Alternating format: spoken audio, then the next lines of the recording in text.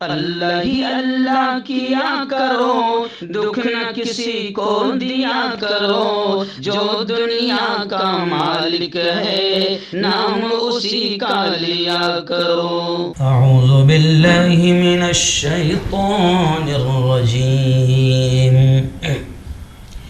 بسم اللہ الرحمن الرحیم۔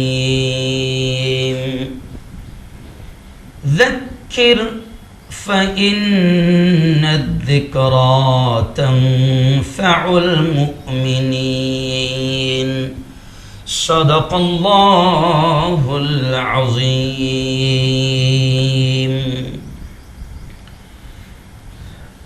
بہت ہی قابل احترام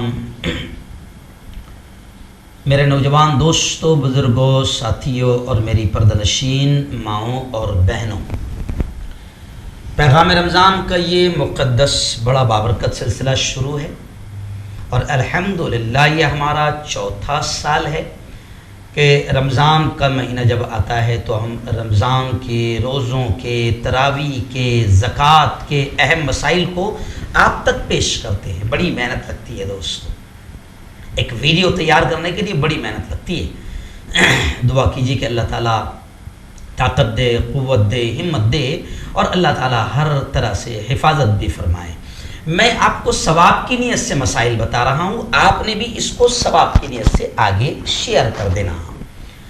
گزشتہ کل میں نے آپ کو بتایا تھا کہ روزہ کن کن چیزوں سے، کن کن باتوں سے، کن کن کاموں سے مکروہ ہو جاتا ہے، یعنی ثواب کم ہو جاتا ہے۔ اللہ کو وہ چیزیں روزے کی حالت میں پسند نہیں ہیں، وہ میں نے آپ کو بتایا تھا۔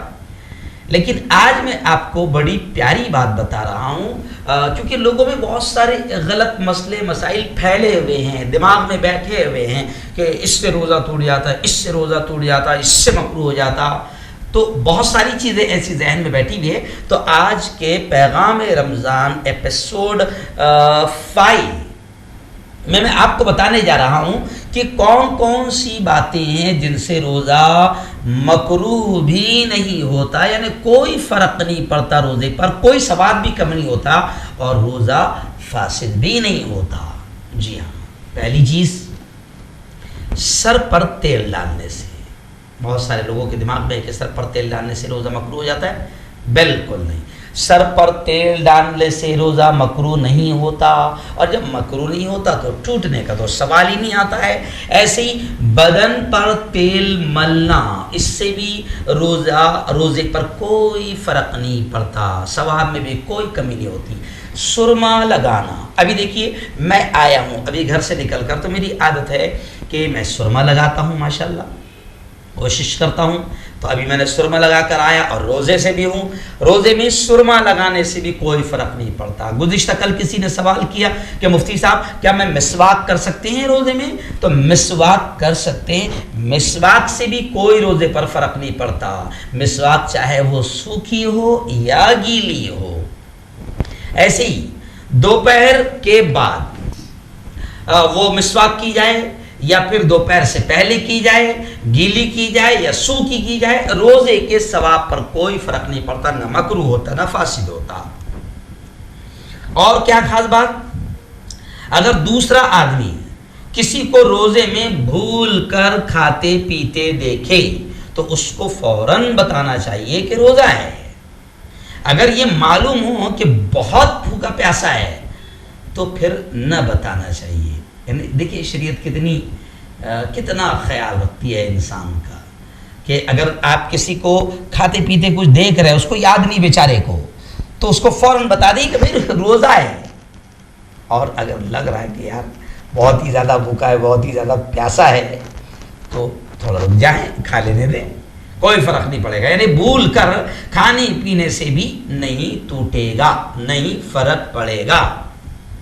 ایسے ہی خود بخود طے ہو جائے، جسے ہم اپنی زبان میں کہیں گے الٹی، یا ہم کہیں گے اومیٹنگ، اگر وہ خود بخود ہو جاتی ہے تو پھر وہ کم ہو یا زیادہ ہو، منہ بھر کر ہو یا کچھ بھی ہو، روزے پہ کوئی فرق نہیں پڑے گا۔ خود بخود ہو جاتی ہے تو ہاں، انگلی ڈال کر نکال رہا، جان بوجھ کر نکال رہا، تو پھر روزہ ٹوٹ جائے گا۔ اچھا، اور کیا چیز؟ 8ویں چیز، منہ میں ذرا سا تھوک آ جاتا ہے۔ ابھی دیکھیے میں بول رہا ہوں، یہ تھوک آ گیا، میں نے نکل لیا، تو اس سے بھی روزے پر کوئی فرق نہیں پڑتا، اس سے بھی روزے پر کوئی فرق نہیں پڑتا۔ ایسے ہی بغیر ارادہ مکھی یا دھواں یا کوئی بھی چیز بغیر ارادے سے، مکھی ہے، مچھر ہے، دھواں ہے، اچانک حلق میں چلی گئی، منہ کھلا اور اچانک چلی گئی، تو اس سے بھی روزے پر کوئی فرق نہیں پڑتا۔ اور کیا چیز؟ 10ویں، گرمی کی شدت سے بار بار کلی کرنا یا بدن پر پانی ڈالنا یا کپڑا تر کر کے بھگو کر بدن پر رکھنا، اس سے بھی روزہ مکروہ نہیں ہوتا، روزے کے ثواب میں کوئی فرق نہیں پڑتا۔ مجھے یاد ہے جب ہم چھوٹے چھوٹے تھے، 10-12 سال کے، جب 2 روزے رکھا کرتے تھے، ایک چھوٹے ختم کا ایک بڑے ختم کا۔ چھوٹا ختم پہلے کہتے تھے 14واں روزہ چھوٹے ختم کا مانتے تھے، اور 26واں روزہ بڑا ختم۔ تو خیر پہلے معاملہ تھا، علم نہیں تھا، تھوڑی سی جہالت تو تھی ہی، اللہ نے اب علم کو عام کر دیا۔ تو اس وقت گرمی میں روزے آئے تھے، مئی کی سخت گرمی میں، نہ پہلے کولر تھے نہ اے سی تھا، آج سے یوں سمجھیے کہ 30 سال پہلے تو نہ کولر تھا نہ اے سی تھا، تو اور نہ ہی فریج تھا جناب، گھروں میں کچھ نہیں تھا، تو اس وقت بڑے برے حال ہوتے تھے۔ تو پھر روزہ لگ گیا، دوپہر میں 3 بجے سے لے کر ظہر کے بعد سے لے کر عصر تک باقاعدہ گیلا کپڑا بدن پر رکھتے تھے، پانی میں بیٹھ جاتے تھے، تو اس سے بھی روزے پر کوئی فرق نہیں پڑتا۔ ایسے ہی 11ویں چیز، سونے کی حالت میں احتلام ہو گیا۔ اب احتلام پر تو کوئی کنٹرول نہیں ہے، تو احتلام ہو جانا، جسے آپ کہیں گے نائٹ فیل کہیں گے، اس سے بھی روزے کے ثواب پر کوئی فرق نہیں پڑتا۔